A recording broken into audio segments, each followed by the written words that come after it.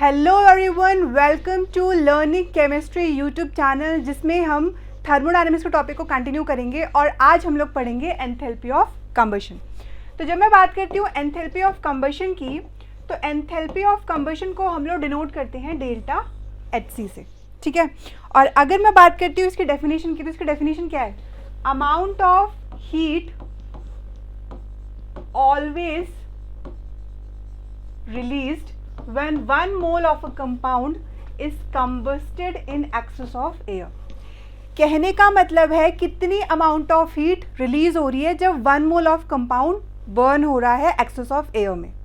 एक चीज़ का ध्यान रखना, जब मैं बात करती हूँ एंथैल्पी ऑफ फॉर्मेशन की,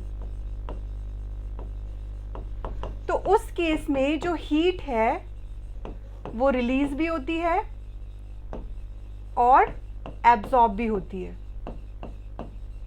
लेकिन जब मैं बात कर रही हूँ एंथैल्पी ऑफ कंबशन की, तो इस केस में सिर्फ और सिर्फ हीट रिलीज होगी। तो अगर हीट रिलीज होगी तो डेल्टा HC की जो वैल्यू क्या होगी, वो हमेशा नेगेटिव होगी।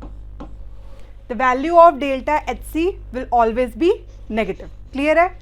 तो एंथैल्पी ऑफ कंबशन ये कहता है कि जब आप 1 मोल कंपाउंड, कोई 1 मोल कंपाउंड है, आप उसको बर्न कर रहे हो। कंबशन का मतलब होता है ऑक्सीजन के साथ रिएक्शन होना, ठीक है। 1 मोल कंपाउंड है, उसको आप बर्न कर रहे हो किसके प्रेजेंस में? ऑक्सीजन के प्रेजेंस में, ठीक है। उस समय जो हीट रिलीज होगी उसको हम क्या कहते हैं? Enthalpy of combustion. क्लियर हो गया? यहाँ पर एक रिएक्शन लिखी हुई है, that is CH4 + 2O2 gives CO2 + 2H2O, ठीक है। और इस पर्टिकुलर रिएक्शन के लिए डेल्टा H की वैल्यू गिवन है, दैट इज -80 किलो जूल। अब अगर आप इस रिएक्शन को ध्यान से देखो तो रिएक्टेंट के साइड जो कंपाउंड है, रिएक्टेंट के साइड जो कंपाउंड है वो कैसा है?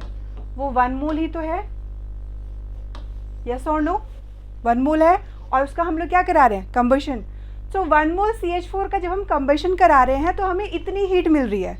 तो ये जो हीट ऑफ रिएक्शन है, मैं इसको कह सकती हूँ this heat of reaction will be the heat of combustion.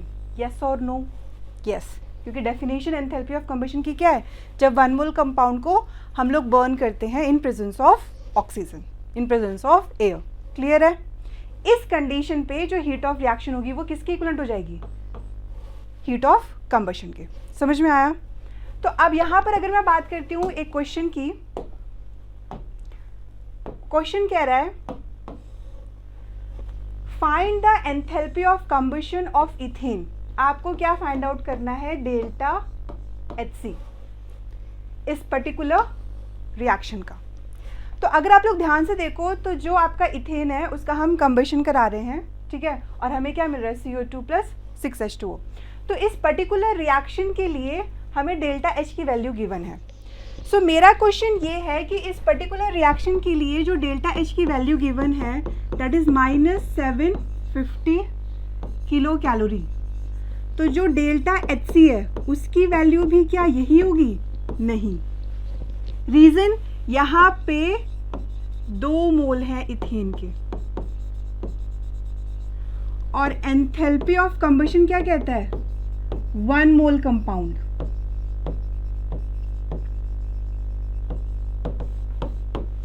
कहने का मतलब है 2 मोल इथेन का जब हम कंबशन करा रहे हैं तो हमें कितनी हीट मिल रही है? -750 किलो कैलोरी। तो अगर मैं बात कर रही हूँ 1 मोल इथेन की,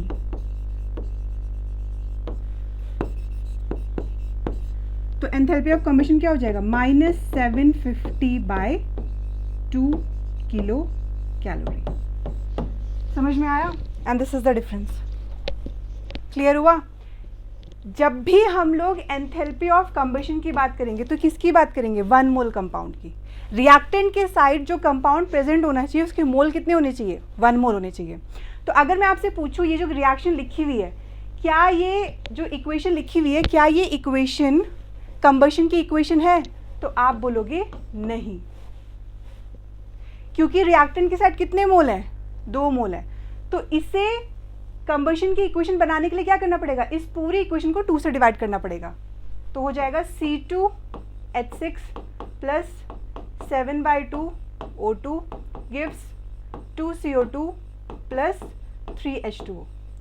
ये जो इक्वेशन है ये होगी आपकी कंबशन की इक्वेशन, और इस कंबशन की इक्वेशन से हमें क्या मिलेगा? Heat of combustion. समझ में आया? So this is the basic difference. Clear है? चलिए अब अगर मैं बात करती हूँ कैलोरीफिक वैल्यू की, which is really very important. Calorific value क्या कहता है? Which fuel is better in sense of energy.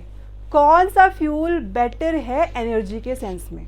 तो यहाँ पे दो चीज़ें और लिखी हुई हैं, वो मैं बाद में बताऊंगी आपको, बट बेसिकली ये कह क्या रहा है? मान लो सपोज मेरे पास है delta HC of methane that is CH4 which is equal to -900 kilo joule per mole.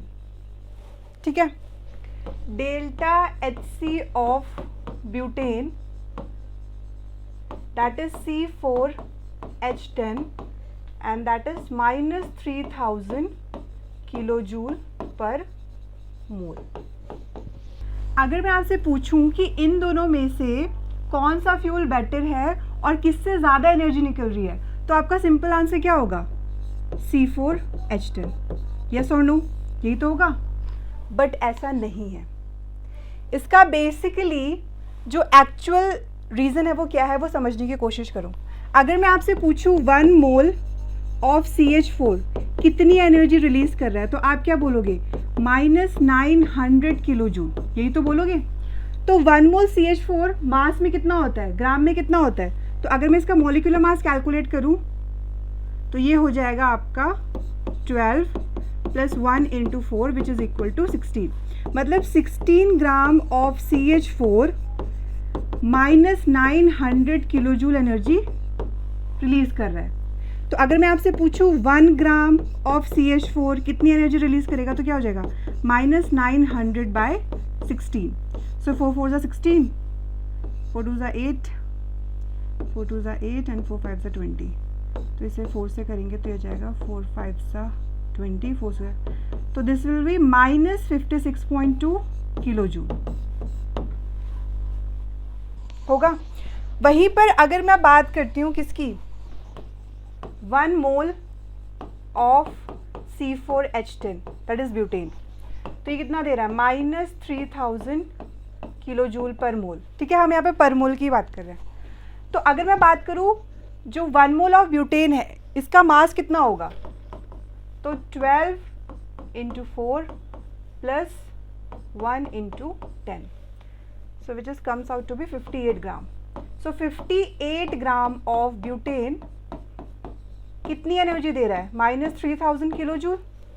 ठीक है, लेकिन अगर मैं बात करती हूँ 1 ग्राम ऑफ ब्यूटेन की, तो वो हो जाएगा -3000/58, और इस 58 को आप लोग राउंड ऑफ करके कितना लिखोगे? 60, ताकि कैलकुलेशन आसान हो जाए। तो ये आ जाएगा आपका -50 किलो जूल। अब अगर मैं आपसे पूछूं कौन सा फ्यूल बेटर है या किसकी ज़्यादा एनर्जी निकल रही है, तो आपका आंसर क्या होगा? तो आपका आंसर होगा मीथेन। अच्छा, आप लोगों ने एक चीज़ नोटिस करी, जब भी आप लोग वेजिटेबल्स, फ्रूट्स या गाड़ी में पेट्रोल डलवाने जाते हो तो पेट्रोल किस में डलवाते हो? सामने वाले से क्या कहते हो? 1 लीटर पेट्रोल डाल दो, या 2 लीटर डाल दो, या 10 लीटर डाल दो। और अगर आप फ्रूट्स खरीदने जा रहे हो तो 1 किलो कर दो, 2 किलो कर दो, 3 किलो कर दो, यही तो कहते हो। तो हम कोई भी चीज़ किस में लेते हैं? मास या वॉल्यूम में? मोल में तो लेते ही नहीं है।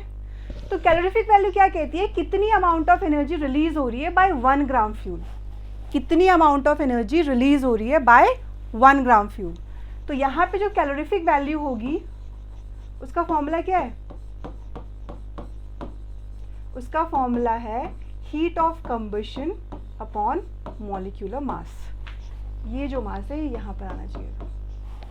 ठीक है, heat of combustion upon molecular mass. Clear हुआ? अब तो कोई डाउट नहीं। So class, this is all about enthalpy of combustion, और वो बेसिकली है क्या, और कैलोरीफिक वैल्यू।